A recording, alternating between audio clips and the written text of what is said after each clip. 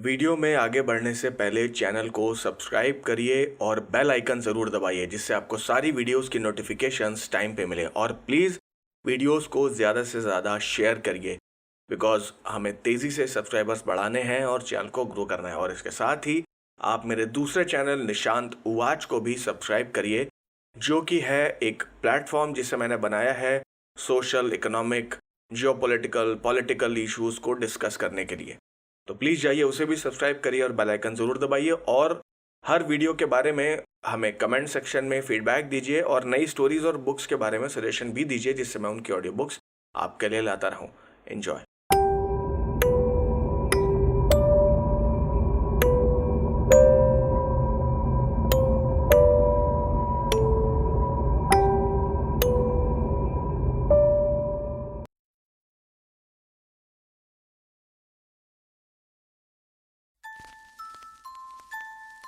नमीरा की लाश रोशन राय की हवाई जहाज जैसी बड़ी सी गाड़ी की पिछली सीट पर धीरे धीरे हिल रही थी।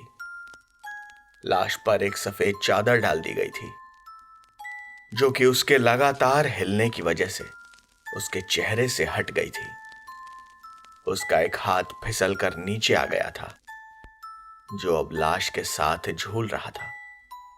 गाड़ी अपनी पूरी रफ्तार में थी। रौली कभी कभी पीछे मुड़कर देख लेता था, बस ये चेक करने के लिए कि लाश किस पोजीशन में है, कहीं वो हिल डुल कर सीट के नीचे तो नहीं गिर गई।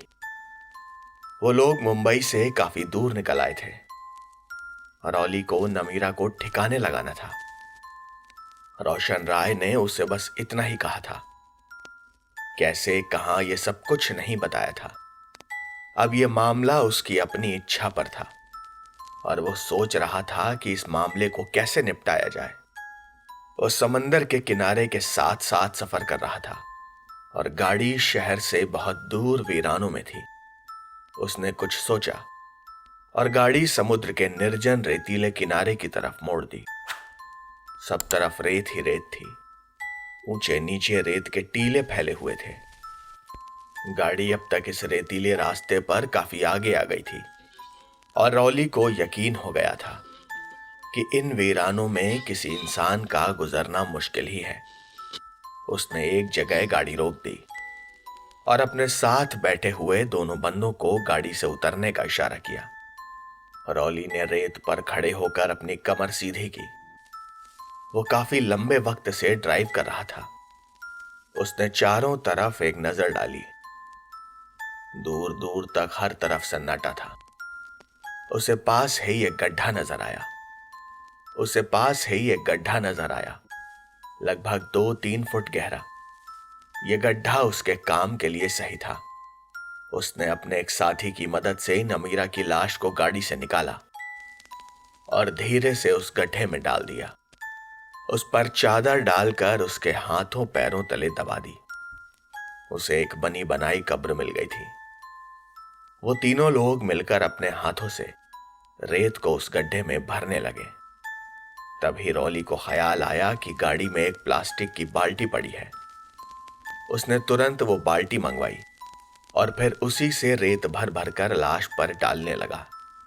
तीनों ने जल्दी ही गड्ढे को रेत से ढक दिया और वो एक कब्र सी दिखाई देने लगी। रौली को जब इत्मीनान हो गया कि नमीरा की लाश अच्छी तरह से सुरक्षित हो गई है, तो हाथ झाड़ता वो खड़ा हुआ और गाड़ी की तरफ बढ़ गया। उसके स्टीयरिंग संभालते ही उसके दोनों साथी भी उसके साथ बैठ गए। रौली ने दूर से उस रेत की कब्र पर एक नजर डाली और फिर गाड़ी स्टार्ट करके स्टीयरिंग को तेजी से घुमाया। गाड़ी वापस हाईवे पर थी और वो उस रेत की कब्र से काफी दूर निकल आए थे। रौली को पता नहीं था कि अब क्या हो रहा था। पश्चिम दिशा से एक ऊंचे कद का आदमी नमीरा की कब्र की तरफ बढ़ता हुआ आया। वो एक एक कदम बड़े आराम से चल रहा था, बिल्कुल भी दौड़ नहीं रहा था। उसके कदमों में तेजी भी नहीं थी, पर फिर भी ऐसा लगता था जैसे वो हवा के घोड़े पर सवार हो। वो जल्द ही कब्र के पास आ गया। उसका कद लगभग 8 फुट का था। देखने में एकदम काला। उसके जिस्म पर कपड़ों के नाम पर बस एक सफेद चादर थी, और वो भी बस कमर पर। नंगे पांव, बड़ी बड़ी आंखें, चमकती हुई काली पुतलियां, मोटे मोटे होठ और थोड़ा सा खुला हुआ मुंह, और उसमें से झांकते हुए सफेद दांत। सर पर सख्त घुंघराले बाल, चेहरा दाढ़ी मूछों से साफ, कंधे पर लटकी लोहे की एक मोटी सी जंजीर, और उसमें बंधी एक पीतल की घंटी। ये घंटी उसके बाईं तरफ थी। वो जब कब्र के पास आ रहा था तो ये घंटी टन टन करके बज रही थी। वो अजीबो गरीब डरावना सा आदमी कब्र के सामने आकर खड़ा हो गया। उसने अपनी दोनों टांगें फैलाई, फिर जंजीर में बंधी हुई घंटी उतारी। अपने दाएं हाथ में घंटी की जंजीर पकड़कर उसने उसे एक दायरे में घुमाया, और फिर झुककर बड़े जोर से घंटी को कब्र पर मारा और बोला, मैं हूं पूरा। एकदम रेत का बादल सा उठा, और वो अजीब सा काला आदमी रेत के इस बादल में छिप गया। एक हॉल नुमा कमरा, जिसकी चारों दीवारों में छोटे छोटे ताख बने हुए थे, और इन ताखों में बेशुमार बुत खड़े हुए थे। दीवारें सफेद थीं, और कमरे की छत सुर्ख लाल थी। लाल ईंटों से बना वो कमरे का फर्श, वो भी बड़ा अजीब सा था। कमरे के ठीक बीच में एक छोटा सा काला गद्दा बिछा हुआ था, और इस पर गुलाबी कपड़ों में एक नवजात बच्ची लेटी हुई थी। वो मुश्किल से 10-12 दिन की ही होगी। वो तड़प तड़प कर रो रही थी, शायद भूख से बिलख रही थी। इस कमरे की हर दीवार में एक दरवाजा था, और ये चारों दरवाजे सुर्ख लाल थे। इन पर एक सुनहरे सांप की आकृति भी बनी हुई थी, जो कि शायद सोने की पत्तियों से बनाई गई थी। जब बच्ची की चीखें ज्यादा ऊंची होने लगीं और वो भूख से ज्यादा बेताब नजर आई, तो अचानक चारों दरवाजे एक साथ खुले, और इन दरवाजों से जो चीज बरामद हुई, उसकी वजह से वो बच्ची एकदम खामोश हो गई। ये तेज हवा के झोंके थे, जो कि समंदर के तट पर चलने वाली हवा से भी ज्यादा तेज थे। उनमें एक महक सी थी, एक खास महक, और अचानक इस तरह तेज हवा से वो बच्ची भी घबरा गई थी। उसके शरीर के कपड़े तक उड़े जा रहे थे। उसके नीचे बिछे गद्दे का कोना भी हवा के वेग से बार बार उठ रहा था। वो तेज हवा बच्ची की आंखों में घुस रही थी, इसीलिए वो अपनी आंखों को बार बार बंद कर रही थी। बड़ी खूबसूरत, प्यारी बच्ची थी वो। हवा की वजह से यूं आंखें झपकाती और भी प्यारी लग रही थी। अचानक उस तेज हवा ने बच्ची को चौंका दिया था, और शायद इसीलिए वो सहम कर खामोश हो गई थी। पर फिर कुछ पलों बाद उसने दोबारा रोना शुरू कर दिया। पर अब वो हवा कमरे से निकल गई थी।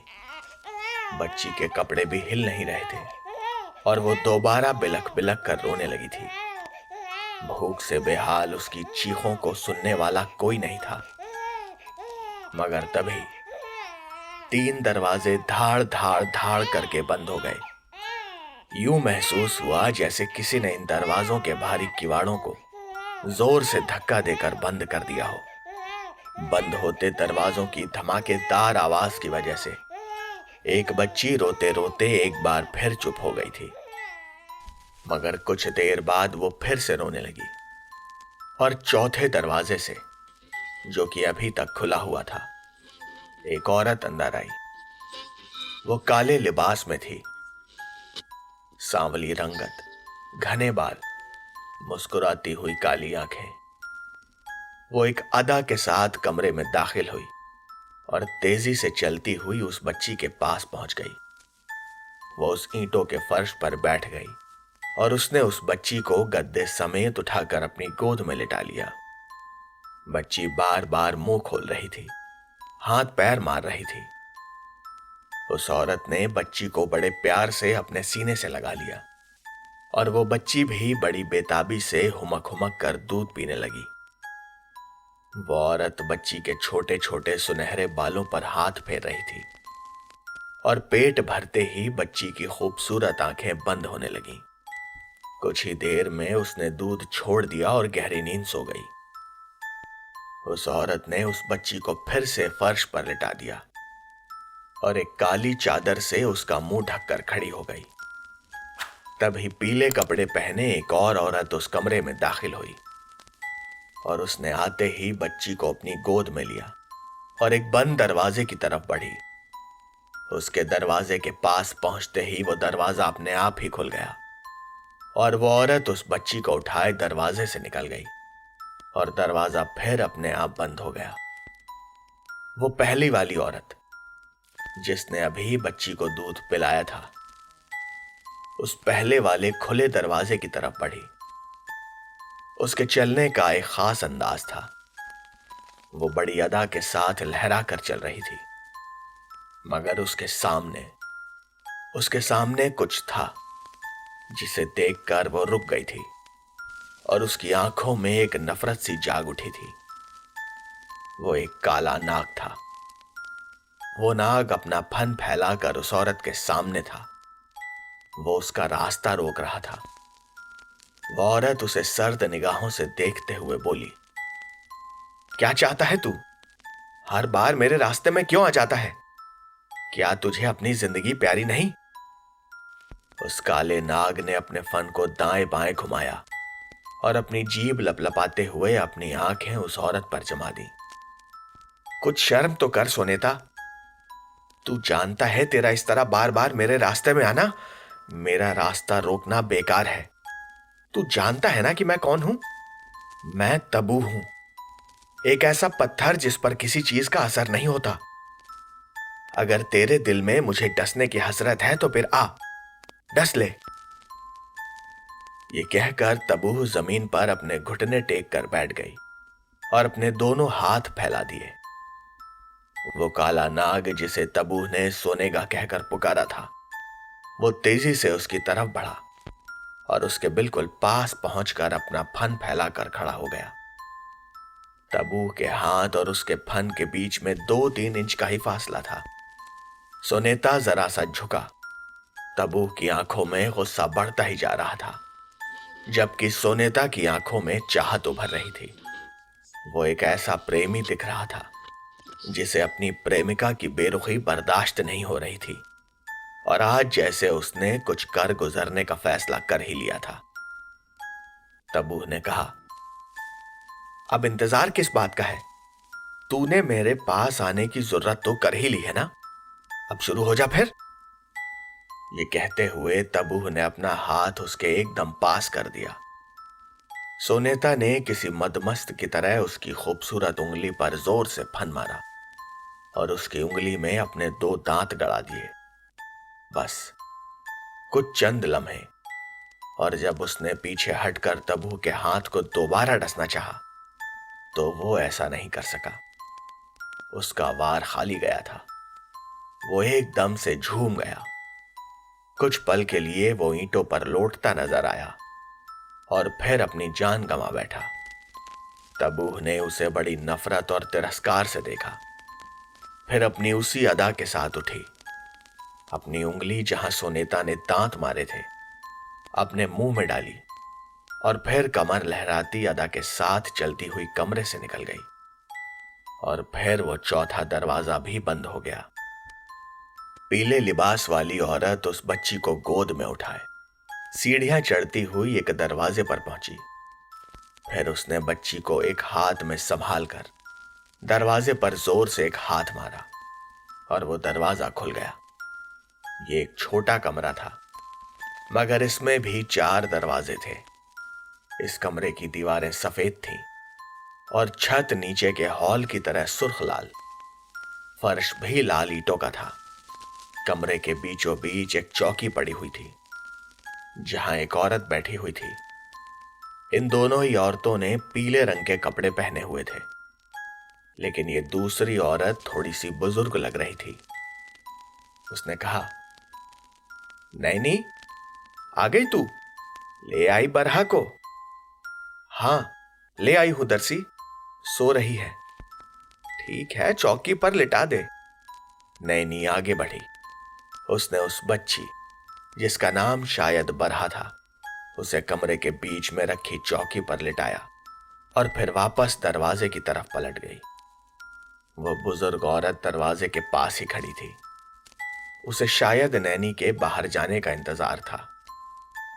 नैनी ने कहा, अच्छा, चलती हूं मैं, तुम दरवाजा अच्छी तरह से बंद कर लेना। उस बुजुर्ग औरत ने हल्के से मुस्कुराया और नैनी के जाने के बाद दरवाजा अंदर से बंद करने के बाद बरहा के पास पहुंची। उसने उसके चेहरे से वो काली चादर हटाई। वो मासूम बच्ची बड़े मजे से सो रही थी। नींद में वो इतनी प्यारी, इतनी सुंदर लग रही थी कि दरसी ने उसे बेख्तियार ही चूम लिया। इस बुजुर्ग औरत ने अब तक कई बच्चियों की परवरिश की थी और वहां आने वाली बच्चियां भी एक से बढ़कर एक होती थीं, मगर ये लड़की इतनी प्यारी थी कि उसके चेहरे पर एक नजर डालकर ही कोई इंसान उसकी मोहनी सूरत के जाल में फंस सकता था। उससे नजर हटाना बड़ा मुश्किल था। बरहा को जब पहली बार दरसी की गोद में डाला गया था तो वो उसे मंत्रमुग्ध सी देखती ही रह गई थी। उसे कहा गया था कि ये बच्ची परमान का चुनाव है और इसका खास ख्याल रखा जाना चाहिए। ये परमान ही था जिसने अपनी रहस्यमयी शक्तियों से बरहा का पता चलाया था और फिर उसी ने देवांग को बच्ची को हासिल करने के लिए रवाना किया था। चमकते सर वाले देवांग ने रोशन राय को उसके बाग के रास्ते पर रोक लिया था। एक तो पोती की पैदाइश, वो भी एक ऐसी खतरनाक और अशुभ पोती की जो पैदा होते ही हवेली को सुनसान कर दे। हवेली में हर तरफ सांपों की फुफकार सुनाई दे। एक सांप तो पहले ही रोशन राय के पीछे पड़ा हुआ था और अब अपनी इस पोती को हवेली में रखकर वो खुद को तबाह करना नहीं चाहता था। रोशन राय को वैसे भी बेटियों पोतियों से नफरत थी और फिर उसे तो नमीरा भी पसंद नहीं थी। ऐसे में देवांग की भविष्यवाणी ने उसे राह दिखाई थी और उसका सारा मसला ही हल कर दिया था। अपनी इस मनहूस पोती के साथ साथ उसने उस बहू से भी निजात पाली थी। इस नवजात बच्ची का नाम बाद में परमान ने ही बरहा रखा था, जिसे एक ऊंट पर डालकर रेगिस्तान में हाँक दिया गया था। तब कुछ दूर तक तो रोशन राय का वफादार जो घोड़े पर सवार था उस ऊंट के पीछे पीछे गया, पर फिर जब उसने देखा कि ऊंट अपनी दुम में बंधी घंटी की आवाज पर नाक की सीध में दौड़ा चला जा रहा है तो उसने अपना घोड़ा वापस मोड़ लिया था। ऊंट पूरी रात रेगिस्तान में दौड़ता रहा था, लेकिन अब वो भी थक गया था।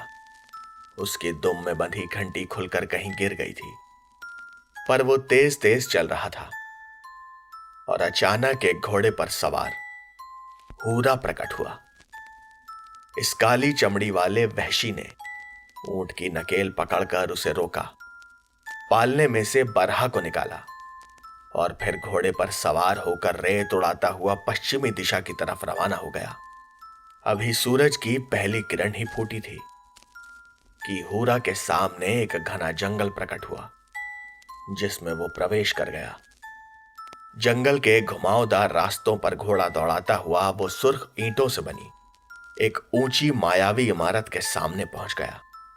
इस किलेनुमा इमारत के भारी दरवाजे के सामने पहुंचकर वो घोड़े से उतरा और झूमता हुआ दरवाजे की तरफ बढ़ा। उसने कहा, मैं हूं हूरा। दरवाजा एकदम खुल गया। उस इमारत के अंदर छोटे बड़े सुर्ख मकान बने हुए थे। इन मकानों के दरवाजे सफेद थे और हूरा सबसे बड़े एक हवेली नुमा मकान के सामने आकर रुक गया था। इस हवेली की दीवारें सफेद और दरवाजे लाल थे। ये इस मायावी लोक के परमान का महल था। हूरा ने एक बार फिर से अपना नारा लगाया। उस अफ्रीका के काले आदमी ने दरवाजे पर खड़े दरबान को देखा। दरबान ने कहा कि हां, वो जानता है वो कौन है, उसे बार बार बोलने की जरूरत नहीं है। वो बस जल्दी से अपना काम बताए। हूरा ने कहा। जानता है तो फिर यहां क्यों खड़ा है? अंदर जा और परमान को बता कि कौन आया है। जरा जल्दी कर, मेरे पास वक्त कम है। दरबान आराम से चलता हुआ दरवाजे पर पहुंचा और अंदर गया। तभी हूरा को अपने हाथों में कुछ हरकत सी महसूस हुई। उसकी गोद में लेटी हुई बच्ची बरहा कसमसा रही थी और हूरा ने उसके चेहरे पर से कपड़ा हटा दिया। वो उसे देखता ही रह गया। उस बच्ची पर से वो अपनी नजर हटा ही नहीं सका। वो लंबा चौड़ा पत्थर दिल इंसान भी बच्ची के मासूम हुस्न से प्रभावित हुए बिना रह नहीं सका था। वो किसी फूल की तरह थी। हूरा ने अपनी काली और मोटी उंगली से बच्ची के गाल को छुआ और बच्ची चौंक कर रोने लगी। तभी दरबान ने बाहर आकर आवाज लगाई, जाओ हूरा, जल्दी जाओ। हूरा जल्दी से अंदर बढ़ा और बरामदे में बनी सीढ़ियों से नीचे उतरने लगा। ये सीढ़ियां जहां खत्म होती थी, वहां कुछ फासले पर एक कमरा बना हुआ था। उसका दरवाजा खुला था और जहां तक सूरज की रोशनी जा रही थी, वहां तक सफेद संगमरमर का फर्श नजर आ रहा था। इस दरवाजे पर एक काला नाग कुंडली मारे बैठा था। हूरा को पास आते देखकर उस काले नाग ने अपना फन उठाया और वापस पलटकर अंधेरे कमरे में चला गया। कुछ पलों बाद ही अंदर से तबू बाहर आई। सांवली रंगत, कमर पर नीचे तक लहराते बाल, आकर्षक नशीली चाल। वो दरवाजे पर आकर रुक गई। हूरा ने हसरत भरी गहरी निगाहों से इस लड़की के यौवन को देखा। तबूह ने उसकी नजरों को महसूस कर लिया था, लेकिन वो अनजान बन गई। उसने बस अपने हाथ सामने किए। हूरा ने बच्ची को उसके हाथों में दे दिया। इसके बाद हूरा ने उससे कुछ बात करने की कोशिश की, मगर तबूह ने उसे झिड़क दिया। हूरा चला गया था। उसके बाद तबूह ने बरहा पर नजर डाली और उसे अपने सीने से चिपका लिया और वो जैसे अपने आप से ही बोली, वाह परमान, तेरा चुनाव लाजवाब है। वो बरहा को अंदर ले आई और उसके बाद दरवाजे पर वो काला नाग फिर से अपना फन उठाकर बैठ गया, जैसे निगरानी कर रहा हो। रहस्यमय शक्तियों के मालिक परमान को बस कुछ ही लोगों ने देखा था। वो अंधेरों का बाशिंदा था, अंधेरों में ही गुम रहता था। तबू ने परमान के हुजूर में नन्ही बरहा को पेश किया। वहां से उसे हुक्म मिला कि बरहा को दरसी के हवाले कर दिया जाए। उसकी परवरिश वही करेगी और तबू उसे दूध पिलाएगी। इसी हुक्म के साथ ही बच्ची का नाम भी बरहा रखा गया और बुजुर्ग दरसी बरहा की सरपरस्त बन गई और तबू दाइमा। नैनी के जाने के बाद दरसी ने बरहा के कपड़े बदले, उसे साफ सुथरा करके दोबारा चौकी पर लिटा दिया। बरहा अब दरसी को पहचानने लगी थी। उसने अपनी चमकती आंखों से दरसी को देखा और हाथ पैर चलाने लगी। दरसी भी चौकी पर बैठकर उसे प्यार भरी नजरों से देखने लगी। अचानक दक्षिणी दरवाजे पर एक खटका सा हुआ और दरसी ने फौरन दरवाजे की ओर देखा। उसे एक फुफकार सुनाई दी, जिसे सुनकर दरसी सहम गई। वो धीरे धीरे चलती दरवाजे के करीब आई और बड़े आदर के साथ बोली, अभी नहीं, अभी तुम चले जाओ, परमान के हुक्म का इंतजार करो। दरवाजे पर एक हल्का सा खटका फिर से हुआ, जैसे किसी सांप ने अपना फन दरवाजे पर मारा हो, और फिर वहां सन्नाटा छा गया। खतरा टल जाने के बाद दरसी बरहा के पास आई और उसके साथ खेलने लगी। उधर समीर राय अभी अस्पताल में ही था। उसे कई तरह की दवाएं दी जा रही थी, जिनसे उसे इतना फायदा हुआ कि वो कम से कम अपनी असल दुनिया में तो लौट आया। लेकिन उसने अब बोलना छोड़ दिया था। वो बिल्कुल खामोश बैठा शून्य में घूरता रहता। कुछ दिन अस्पताल में रखकर डॉक्टरों ने उसे घर ले जाने का मशवरा दिया ताकि घर में वो अपनी रोजमर्रा की जिंदगी की तरफ लौट आए। रोशन राय और नफीसा बेगम अपने बेटे को हवेली ले आए। वैसे भी उसे मुंबई के बंगले में अकेला छोड़ना खतरे से खाली नहीं था और नफीसा बेगम भी वहां रहने के लिए तैयार नहीं थी। मगर हवेली में भी समीर अपने कमरे में कैद होकर रह गया था। वो बाहर निकलता ही नहीं था। उसकी मां ही उसके कमरे के चक्कर लगाती रहती थी। उसका खाना पीना सब कमरे में ही था। समीर भी अपनी मां से सिर्फ सलाम कहकर किसी कोने में जाकर बैठ जाता और अपनी मां को अजनबी और खाली खाली नजरों से देखता रहता। अभी तक भी उसने अपनी मां से कोई शिकायत नहीं की थी। कम से कम वो अपनी मां को सलाम तो कह देता था, लेकिन बाप के साथ उसकी बोलचाल बंद थी। शुरू शुरू में रोशन राय एक दो बार उसके कमरे में आया तो समीर मुंह फेर कर कमरे से ही बाहर निकल गया था और तब तक वापस नहीं आया था जब तक कि उसे यकीन न हो गया कि रोशन राय उसके कमरे से जा चुका है। बेटे का ये रवैया देखकर रोशन राय ने खुद ही उसके कमरे में जाना छोड़ दिया था। नफीसा बेगम किसी तरह अनुरोध विनय करके समीर को हवेली के बाग में ले जाती थी। अपनी मां की जिद को समीर मान भी लेता था, लेकिन बस लॉन चेयर पर बैठा नीले आसमान को ही देखा करता। ऐसे वक्त में नफीसा बेगम इस बात का ख्याल रखती थी कि रोशन राय बाग में ना आ निकले। उसे वैसे भी अपने धंधों से फुर्सत ही कहां थी और आजकल तो वो नमीरा के कत्ल का इंतकाम लेने की फिराक में था। नमीरा की कालीन में लिपटी हुई लाश उसकी आन का सवाल बन गई थी। रोशन राय ऐसा ही अजीब आदमी था। ये वही नमीरा थी जिसे उसने सिर्फ इसलिए वीरान रेगिस्तान में छुड़वा दिया था कि वो भूख प्यास से बस मर जाए और ये रेत के बड़े बड़े टीले उसकी कब्रगाह बन जाए। उसने अपने हाथों से नमीरा की मौत का इंतजाम किया था, लेकिन वही नमीरा जब उसके लिए कालीन में लिपटी लाश की सूरत में भेजी गई तो उसका इंतकाम का जज्बा अचानक भड़क उठा। नमीरा उसकी बहू थी और उसके दुश्मन ने उसे कत्ल कर दिया था। अब उसके कत्ल का बदला तो उसे लेना ही था।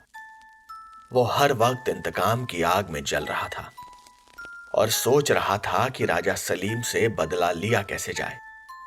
सोचते सोचते आखिर वो इसी नतीजे पर पहुंचा कि राजा सलीम के बेटे का अपहरण कर लिया जाए।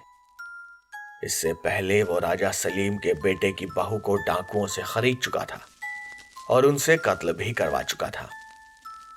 मगर अब राजा सलीम के बेटे नसीम का नंबर था। उसने नसीम को किडनैप कराने का मंसूबा बनाया। रोशन राय के हाथ बहुत लंबे थे, इतने लंबे कि मुंबई तक फैले हुए थे। अंडरवर्ल्ड के कई गैंगस्टर्स और माफियाओं से उसकी अच्छी जान पहचान थी। उसके पास वैसे तो रॉली और होली थे, मगर वो अपने सारे अंडे एक ही टोकरी में नहीं रखता था।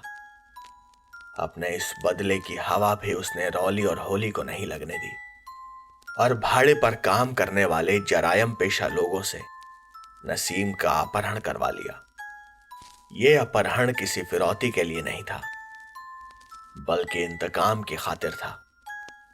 जैसे को तैसा कर दिखाते हुए रोशन राय ने अपहरण के 2 दिन बाद ही उसी कालीन में सलीम की लाश को लपेटकर उसकी हवेली के बाहर रखवा दिया और मोबाइल पर वैसा ही जहरीला कह कहा राजा सलीम को सुना दिया। रोशन राय के दिल में ठंड पड़ गई थी। वो आज बहुत खुश था। इस खुशी में झूमता हुआ वो समीर के कमरे में चला गया था। उस वक्त नफीसा बेगम भी कमरे में मौजूद थी और वो रोशन राय को देखकर हैरान रह गई थी। समीर की नजर जैसे ही अपने बाप पर पड़ी, वो खाना छोड़कर उठ गया और दरवाजे की तरफ बढ़ा। रोशन राय एकदम से उसके सामने आ गया और कहकहा लगाकर बोला, बस बेटा 1 मिनट, एक खुशी की खबर तो सुनते जाओ। समीर अब भी नहीं रुका तो रोशन राय ने उसके दोनों हाथ पकड़ लिए। मैंने नमीरा का इंतकाम ले लिया है समीर। मैंने नमीरा के कातिल के बेटे को कत्ल करवा दिया है और उसी कालीन में उसकी लाश उसके पास भिजवा दी है बेटा। अब तो तुम खुश हो ना? इस खबर का समीर पर कोई असर नहीं हुआ। रोशन राय ने सोचा था कि शायद समीर यह खबर सुनकर खुश हो जाएगा और कम से कम बोलना तो शुरू कर ही देगा, पर समीर ने एक झटके से अपने हाथ छुड़ाए और कमरे से बाहर चला गया। हैरान परेशान सा रोशन राय नफीसा बेगम को देखने लगा। नफीसा ने भी उसके इस कारनामे पर कोई तवज्जो नहीं दी। वो भी खामोशी से कमरे से निकल गई और रोशन राय वहां अकेला खड़ा रह गया। वही हॉलनुमा कमरा जिसकी दीवारों में बेशुमार ताक बने हुए थे और इन ताकों में बेशुमार छोटे छोटे बुत सजे हुए थे। कमरे के ठीक बीच में काली चादर पर नन्ही बरहा लेटी थी। उसके फासले पर कुछ 2-4 छोटे बड़े सांप इधर उधर लहरा रहे थे, लेकिन उनमें से कोई भी बच्ची के पास आने की हिम्मत नहीं कर रहा था। बरहा बैठी रो रही थी। वो शायद भूखी थी और जब उसके रोने की आवाज तेज होने लगी तो पहले की तरह ही उस कमरे के चारों दरवाजे एकदम खुले और उन दरवाजों से पहले की तरह ही तेज हवा अंदर आई। इस हवा में एक महक सी थी, एक बड़ी ही खास महक। नन्ही बरहा रोते रोते एकदम चुप हो गई और हवा भी अचानक रुक गई। बरहा फिर से रोने लगी और फिर 3 दरवाजे धाड़ धाड़ धाड़ कर कर बंद हुए और चौथे दरवाजे से तबूह ने अंदर प्रवेश किया। उसके हाथ में एक छोटी सी काली ट्रे थी। ट्रे में कोस्टर से ढका एक सफेद प्याला रखा हुआ था। तबूह अपनी खास मदमाती हुई चाल से बरहा के पास पहुंची। उसने वो ट्रे काली चादर पर रखी। तबूह को देखकर बच्ची एकदम चुप हो गई और खुशी से अपने हाथ हिलाने लगी। तबूह ने मुस्कुराते हुए उसे अपनी गोद में उठाया और वो सफेद प्याला ट्रे से उठाकर बरहा के मुंह से लगा दिया। इस प्याले में कोई शरबत जैसी चीज थी। बरहा वो शरबत बड़ी जल्दी जल्दी पी गई और उसे पीते ही उस पर नशा सा छा गया। कुछ ही पलों में बरहा तबूह की गोद में सो गई थी और अगले ही पल नैनी कमरे में दाखिल हुई। उसने बरहा को तबूह की गोद से लिया और कंधे से लगाकर एक बंद दरवाजे की तरफ बढ़ी। वो दरवाजा अपने आप खुला और नैनी के कमरे से बाहर जाने के बाद अपने आप ही दोबारा बंद भी हो गया।